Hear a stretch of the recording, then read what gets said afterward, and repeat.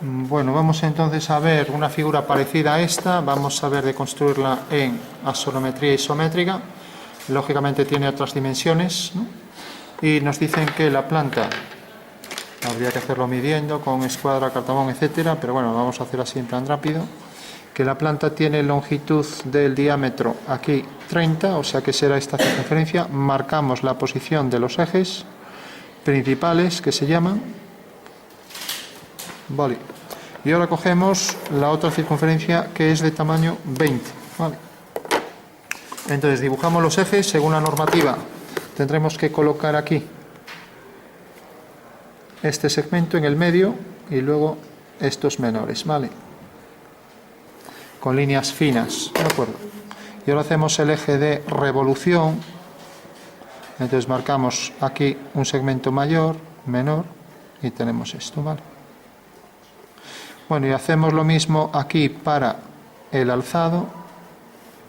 Marcamos las medidas, hacemos ortogonales para dibujar la línea de tierra, ortogonales al eje de revolución, ya que es una superficie que se engendra al girar, pues una recta, vamos a poner aquí la línea de tierra, una recta oblicua y otra vertical. Bueno, por último, proyectamos esta medida con líneas finas discontinuas y proyectamos esta otra. Y ya tenemos ahí el contorno de la figura.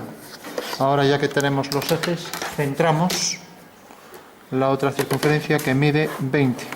Y ya que tenemos aquí esto, pues lo colocamos ahí alineando los ejes, de manera que las circunferencias se vean concéntricas, ¿vale? Bueno, pues tenemos las dos circunferencias. Bueno, no era 20, no 21. Tenemos aquí las dos circunferencias.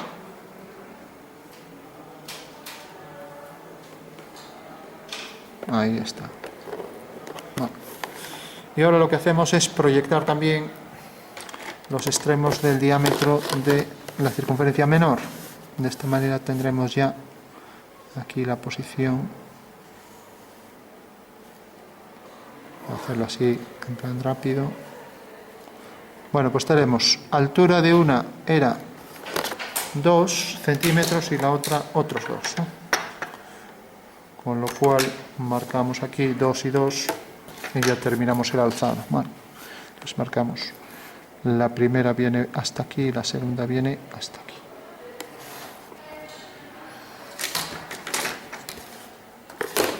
Bueno, pues dibujamos ahí las dos horizontales y ya concluimos. Entonces tenemos aquí, a ver, esta línea hasta este punto.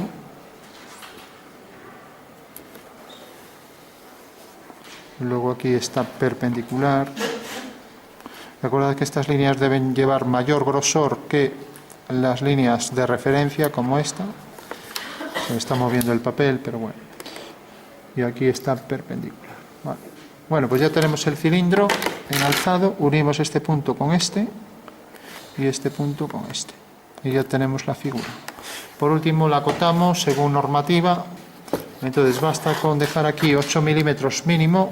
La primera cota es a 8, la siguiente a 5 o más, ¿vale? Entonces 8 mínimo, podemos coger 1, por ejemplo. Y podemos hacerlo con dos cotas alineadas. Pueden ser alineadas o escalonadas, ¿no? Entonces, si las pongo alineadas, pues directamente hago aquí la línea auxiliar de cota, dejo un desfase ahí de 1 milímetro y aquí de 2. Coloco aquí la cota y ya tengo la medida. Podemos aprovechar una flecha, entonces vamos a aprovecharla. Entonces traemos por aquí la continuación, línea fina, sale de ahí 2 milímetros y aquí lo mismo, 2 milímetros. Entonces aprovechamos aquí una flecha de 15 grados de abertura, triángulo isósceles. Y ya tenemos aquí las dos medidas. Vamos a ponerlo en centímetros, 2 y 2. Vale. Bueno, y por último, acotamos aquí o aquí arriba los diámetros dirigidos siempre hacia el centro, más o menos por la mitad. Aquí tenemos una cota. Y esto se pone el diámetro porque es más de 180 grados. Vale. Entonces ponemos diámetro, estamos en centímetros, esto era de diámetro 3, ¿vale? Bueno, y la otra era de diámetro 2, ¿vale? A ver si podemos ajustar esto mejor. Pues dirigido hacia el centro, la flecha. La flecha tiene preferencia sobre el dibujo. Si hay que borrar dibujo porque pasa por aquí la circunferencia, pues se borra, ¿vale? O sea, habría que hacer esto así, si interfiere, ¿vale? Bueno, entonces por último ponemos aquí diámetro, hay que poner el símbolo de diámetro 2. No pondríamos el símbolo de diámetro si hacemos esto. Si tenemos la circunferencia, por ejemplo, tenemos los ejes discontinuos y, por ejemplo, hacemos esto así. En este caso no se pone, ¿vale? Se pone porque ya estamos marcando que es de aquí a aquí, pero en este caso sí que se pone, ¿vale? Bueno, sabemos ya cómo acotar esto, sabemos que será la planta y el alzado, entonces vamos a aprovechar estas dos vistas para sacar la sonometría isométrica. Si alguien tiene esta plantilla tiene el ángulo de 120, con lo cual, aunque ya creo que no las venden, o sea que perded toda esperanza, no la vais a conseguir.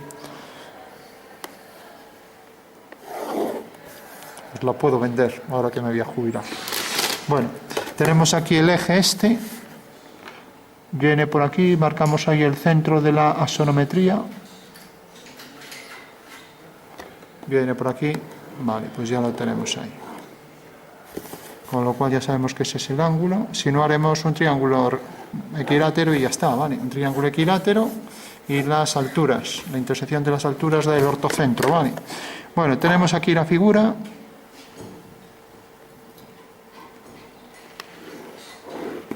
Vale, pues ahí están los ejes, ¿de acuerdo? Bueno, por último colocamos aquí un triángulo equilátero. Entonces, puedo hacer, si quiero, aquí una circunferencia. Entonces, esos son los vértices del triángulo equilátero, ¿vale?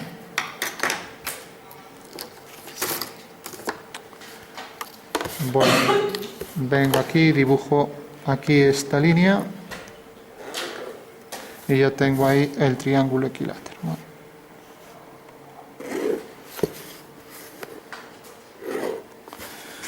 Bueno, por último abato, y una vez que abata ya coloco esto, pues tal y como habíamos visto, aquí el alzado, aquí la planta, y se acabó el ejercicio, ¿vale? O sea que de esta manera podré obtener las dimensiones de esa figura según las reducciones de la sonometría, ¿vale?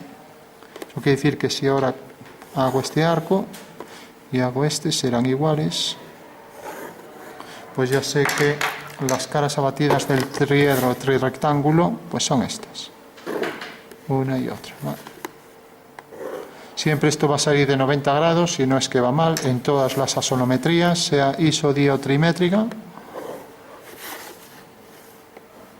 Ahí lo tenéis, ¿vale? Bueno, pues ya, para no trabajar, pues podemos coger esto y ponerlo aquí encima en el sitio y se acabó, ¿vale? Con lo cual, bueno, no hace falta ni perder el tiempo en esto, porque estos son dos circunferencias que ya las tenemos aquí. Entonces esto no nos vamos a molestar en recortarlo, es más rápido hacerlo aquí y ya está. Ponemos los ejes, ponemos las dos circunferencias 20 y 30, aquí está una, pues es más rápido esto que recortar, ¿no? La de 30 y la de 20, ¿vale? Aquí están las dos.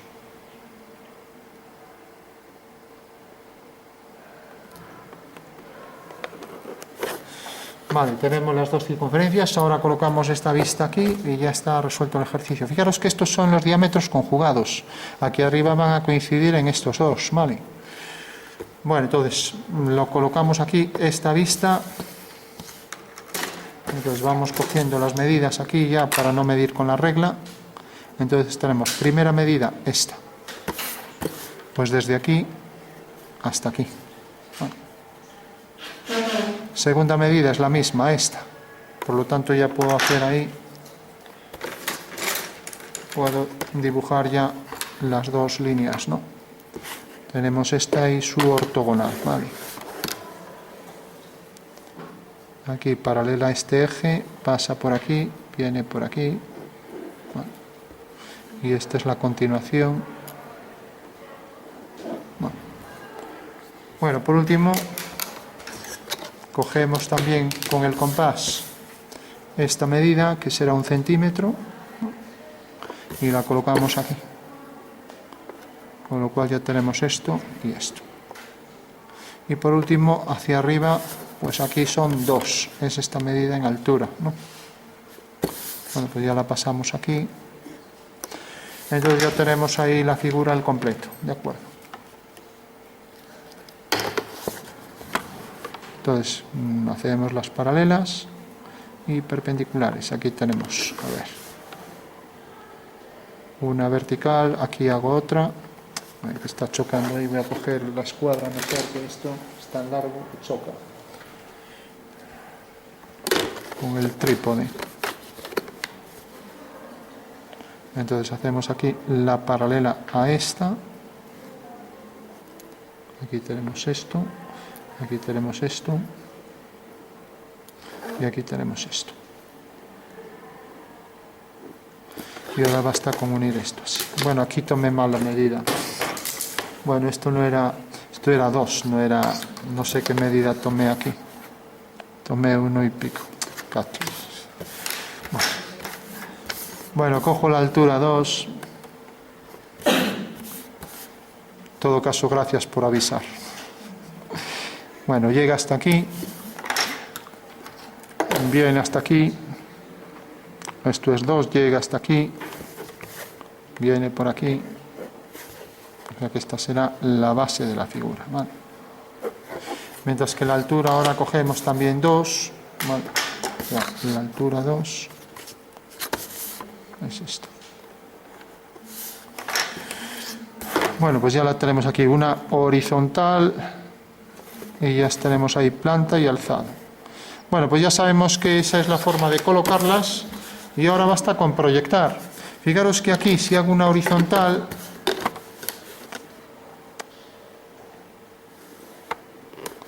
a ver,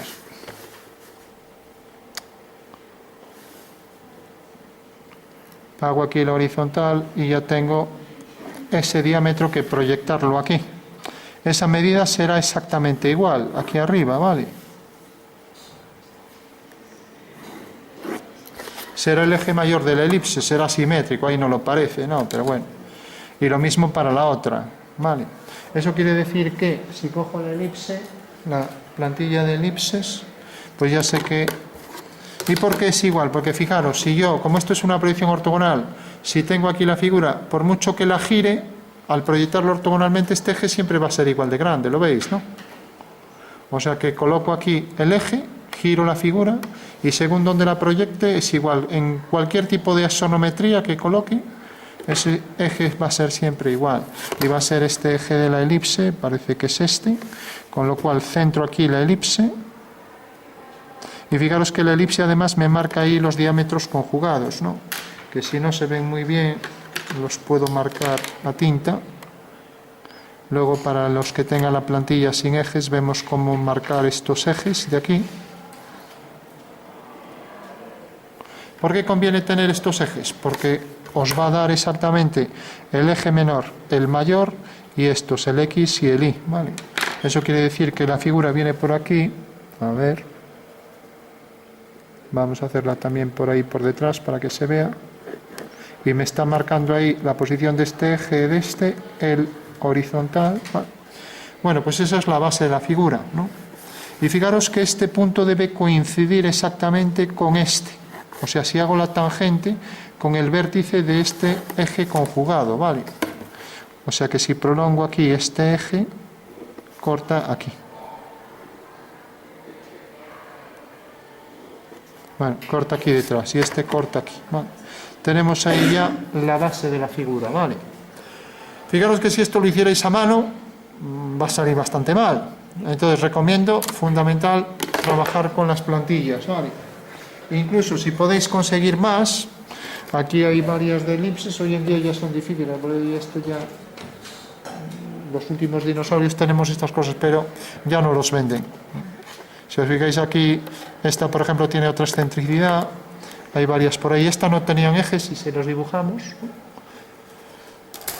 Bueno, vamos a hacer el siguiente, vamos a ver hasta dónde llega. Fijaros que la siguiente elipse, si hago esto, ¿cómo saber hasta dónde llega? Pues fijaros, al proyectar este punto, siguiendo siempre la dirección del eje Y', pues tengo lo siguiente.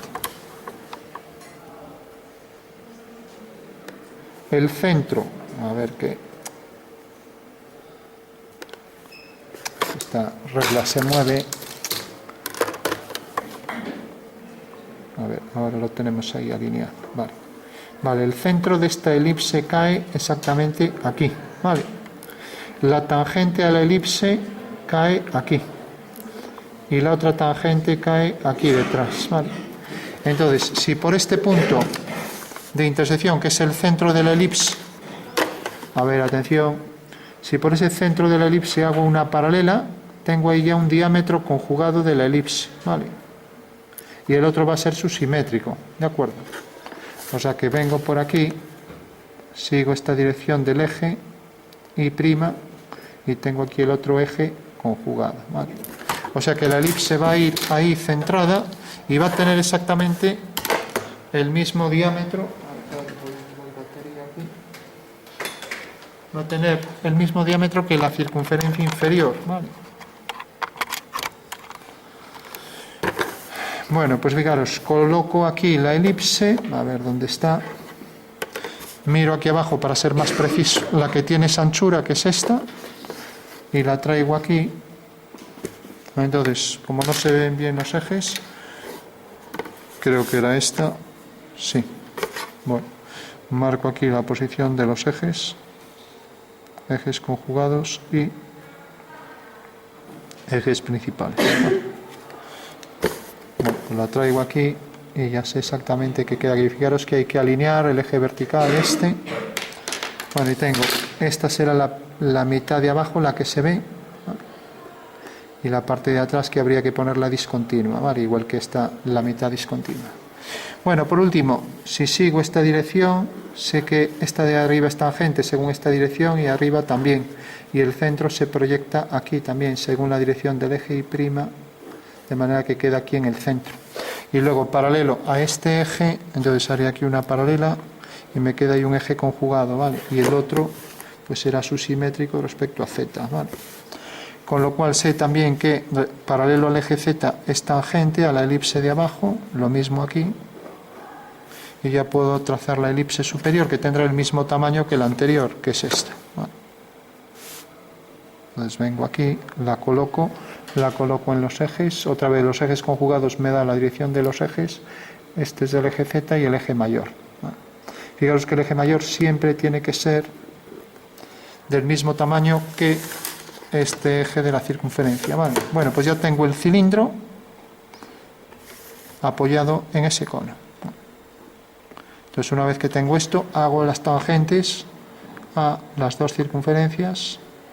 Y esto, si se corta aquí arriba, pues la otra también se cortará en el mismo punto, ¿vale? Y será tangente también a las dos elipses, ¿vale? Y se cortará aquí, ¿vale? Bueno, esta será la asonometría, ya asonometría isométrica, ¿vale? Y fijaros que deben estar alineados este punto con este de aquí, este punto con este de aquí, ¿no?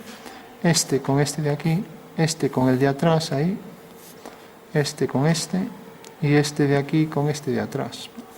Bueno, y que luego, pues la plantilla me da el eje vertical, que es el eje menor, y el eje mayor, que es horizontal. Siempre en las asonometrías ortogonales, el eje mayor de la elipse, que representa una circunferencia, va a ser horizontal, ¿vale? Por eso es más realista la perspectiva, porque el ojo siempre lo ve así. Un ojo, por ejemplo, no puede ver esto, aunque en cónica salga, y ya explicaremos por qué. Si dibujamos en un bodegón, por ejemplo, imaginaros una vasija, y la vasija sale así, oblonga, y la elipse sale así inclinado, esto el ojo no lo ve, ¿vale? La cámara de fotos sí que lo representa así. De hecho, si os hago una foto aquí, las caras de los laterales van a salir, las cabezas van a salir alargadas, ¿no? No sé si os habéis fijado. Y el ojo tampoco es capaz de ver una circunferencia de esta manera, con el eje mayor oblicuo. Siempre el ojo va a ver esto, de manera que eso es un eje mayor horizontal, ¿vale? Y también si mira para la figura, esto va a ser también simétrico, ¿no? Cosa que aquí no pasa. Aquí tiene un eje mayor inclinado. Aquí el eje mayor pues es horizontal, ¿vale? Por poner algunos ejemplos, ya que hay diferencias entre la imagen fotográfica y la imagen visual y las distintas perspectivas. Bueno, en esta perspectiva se mantiene al menos eso, ¿vale? Bueno, ya tenemos entonces cómo a partir de los abatimientos, y ahora si yo girara esto, si girara esto por aquí, al proyectarlo se proyectaría según esa elipse, y ese es el fundamento. O sea, si esto fuera de acetato, papel transparente, lógicamente haría esto y coincidiría esa figura con lo que tenemos aquí, ¿vale? Fundamento espacial de la solometría, ¿vale? Bueno, se ve esto, sí. Bueno, es sencillito. Ahora ahí vamos a aplicar las sombras y ya concluimos, ¿no? Entonces, como es algo muy práctico, además da realismo en los dibujos, tenemos dos superficies, el cilindro y el cono. Entonces lo vamos a hacer en diédrico y como están unidas, entonces luego hacemos la fusión de las dos y de paso vemos un efecto de la luz, que a lo mejor a alguien se le ha pasado por alto. Tenemos, por ejemplo, un cono. Es un triángulo y aquí abajo una circunferencia, ¿vale? Pues cogemos este diámetro y lo colocamos aquí. Y ahora hacemos el cilindro. Bueno, pues hacemos aquí la proyección del cilindro. Bueno, sombras de esta figura en diédrico, por ejemplo, por luz solar, ¿no? Podríamos hacerlo también por luz puntual. Entonces, fijaros, si el rayo de sol viene según esta dirección en alzado, y por ejemplo, según esta dirección en planta, os lo pondrán así en los planos, en diédrico, cuando ponen una casa con sus sombras, que es muy típico, ¿no? Bueno, pues basta con calcular, por ejemplo, el punto A, A2, A1, el centro de la circunferencia, ¿vale? Entonces, fijaros que la dirección del rayo de luz pasa por ahí, o sea que viene por aquí y corta aquí al papel. Entonces tendré que hacer esa dirección, corta aquí, y esta dirección por aquí, y corta aquí.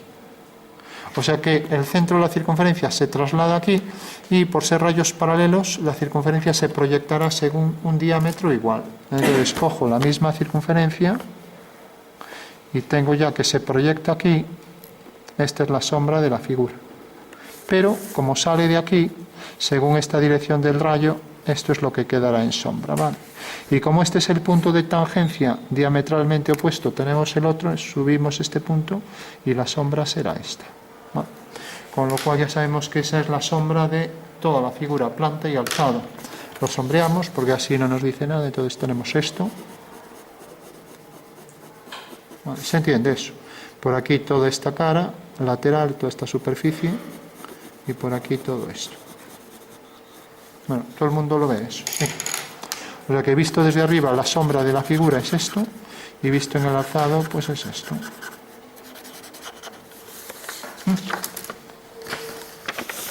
¿Se entiende, no? O sea, la sombra de la figura desplaza esa circunferencia, es una homoteciación, una homología.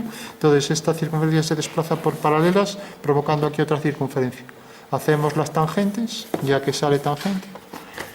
Con el cono pasa algo distinto. De repente, este vértice sigue el rayo por aquí, corta aquí, bajamos este punto, y ahora sigue el rayo por aquí, lo bajamos aquí.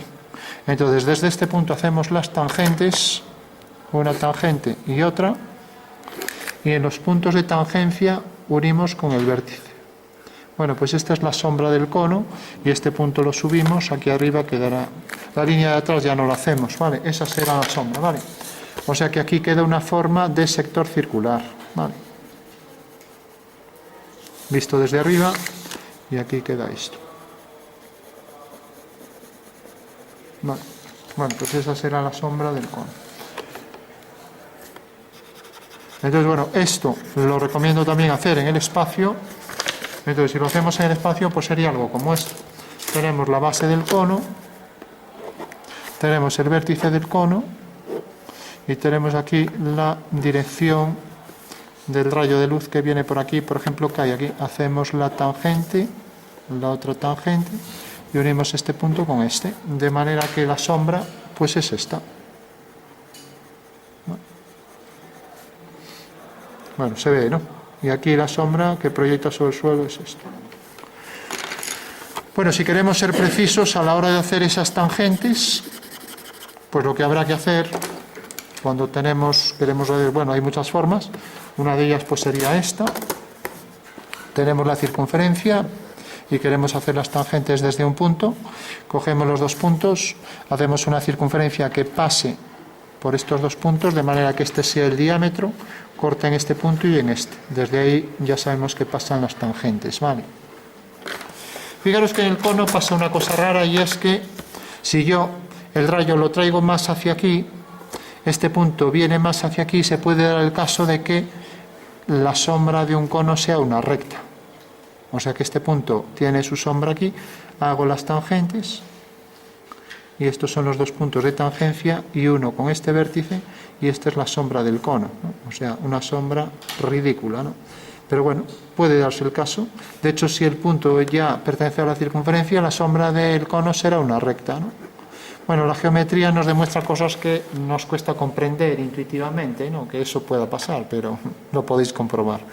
Bueno, terminamos aquí, pasamos a esto, tenemos el cilindro más el cono, vamos a imaginar que los planos coordenados del triedro y trirectángulo no existen, y entonces lo único que tengo que hacer es la sombra de las dos figuras, ¿no? Entonces, en el espacio tengo el vértice del cono, que es este, como ya vimos. Entonces voy a hacer que la sombra de este punto, por ejemplo, pues caiga aquí. Hago desde aquí las dos tangentes a la elipse. Entonces, si corta aquí y, por ejemplo, corta aquí, estos dos puntos serán tales que estarán paralelos, vamos, en una recta paralela a esta. ¿Vale? Pues eso quiere decir que la sombra irá desde aquí al vértice, pero termina aquí. ¿Vale? ¿De acuerdo? O sea que esta será la sombra de la figura, y por detrás habrá que hacer esta línea hasta ahí. ¿Vale? Bueno, y ahora tenemos que, como el rayo sigue esta dirección, ¿no? Y es paralelo al plano XZ, que es este, entonces al seguir esta dirección es tangente al cilindro. Eso quiere decir que por este punto y este punto tendremos que levantar verticales. Por lo tanto, la sombra del cilindro es esto y la del cono es esto, ¿no? Alguien me dirá, pero no es normal, que esto es una pregunta muy típica, ¿no es más normal que si este es el cilindro, imaginaros una botella, y el cono, pues si esta es la sombra del cilindro, ahora la del cono venga por aquí y la del cilindro por aquí? Bueno, pues esto no pasa nunca, ¿no? Porque veis que en el cono esto se reduce y en el cilindro no. El cilindro es toda la mitad, ¿no? O sea que el cilindro tendría dos líneas diametralmente opuestas de sombra, y luego la sombra ya del cilindro, ¿no? O sea que sería todo esto más esto. Bueno, con lo cual ya sabemos que esta es la sombra. Esto pasaría, esto no es cierto, pasaría en superficies tangentes. Entonces, si hay una superficie, una botella que tiene fragmentos Escocia, Toro, etcétera, que son tangentes, esto sí que provocaría una curva única, sin rotura, sin discontinuidad, ¿vale? Entonces la sombra sí que sería una única línea continua, ¿no? Pero en este caso no se da. O sea que esto es falso, ¿vale? Bueno, por último le damos las sombras y concluimos. Pues para dar sombras ponemos un papel debajo.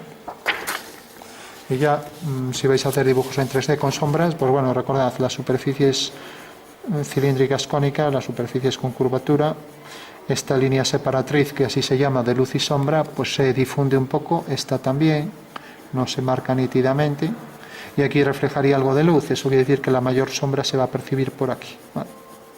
Ya que además aquí hay el contraste con la luz y entonces se percibe más ahí la zona de sombra, ¿vale?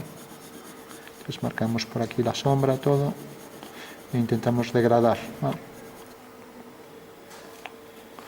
Bueno, vamos a coger otro lápiz.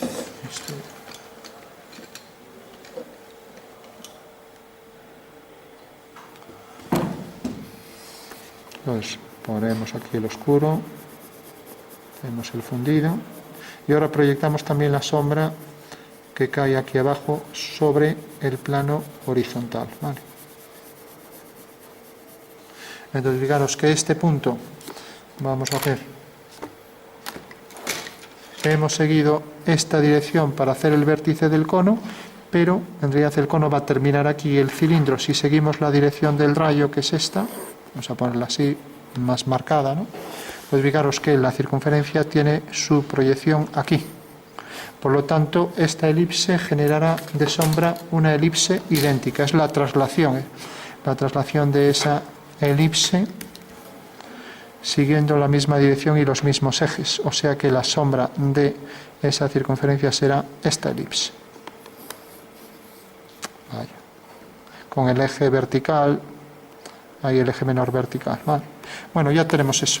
Si ahora seguimos la misma dirección por este centro, corta aquí.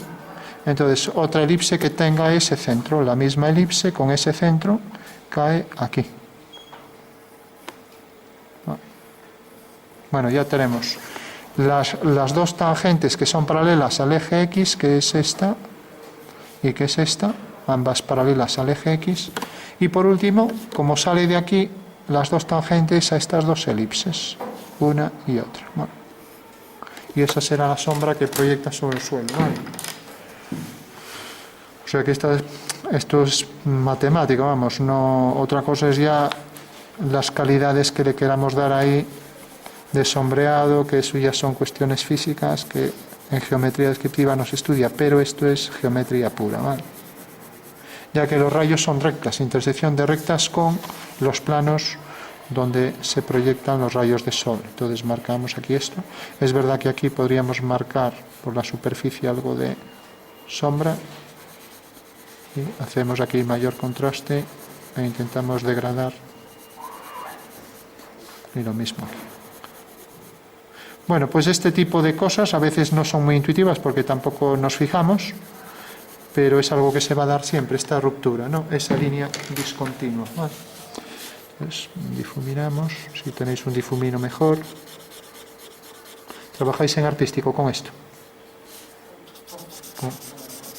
Bueno, si queréis prepararlo, tenéis que lijarlo bien, hacer una superficie cónica para, lo que pasa que esto es pequeño, y luego martillarlo para que quede blando, que difumina mejor. Cuanto más blando, mejor. Entonces, esa será ya la superficie con el sombreado. Pues podríamos darle aquí un poco por el lateral, pero recordamos que esa parte de atrás es zona de luz, ¿vale? Esa sería la zona de sombra propia y esta es la que se llama sombra arrojada, en este caso sobre el plano XY. Bueno, ¿se entiende lo de la sombra? Sí. ¿Se ve? Bueno, pues ese sería el ejercicio ya resuelto. Sombras de figura de cilindro más cono. Y por último, recordad, insisto mucho en esto, para entender en el espacio, si tiramos por aquí, desabatimos esta cara, vemos desde arriba, esto se proyecta exactamente como esta sección, ¿no? Bueno, o sea que es esta sección que tenemos aquí, entonces la voy a marcar, entonces vendría por aquí, a ver, ¿dónde tengo la regla? Fijaros, esta sección de aquí es esta, es el plano XZ, o sea que será esta sección que viene por aquí, baja por aquí, paralelo al eje Z, y corta aquí. ¿Vale? Mientras que por detrás viene en el punto diametralmente opuesto, paralelo al eje Z, lo voy a poner discontinuo, y donde corta aquí en el punto del eje conjugado, cae hasta aquí también, hasta el vértice del eje conjugado, o sea que es esta sección, ¿vale? Esta sección es la que está batida, ¿vale? O sea que esta figura, que es un trapecio más el cuadrado, cuadrado, pues es esto en perspectiva. Mientras que esto de aquí, pues es la circunferencia esta, ¿no? Ya que es el que está en este plano, ¿vale? Por eso hay que entender bien el espacio, todo esto que estamos haciendo, ¿vale?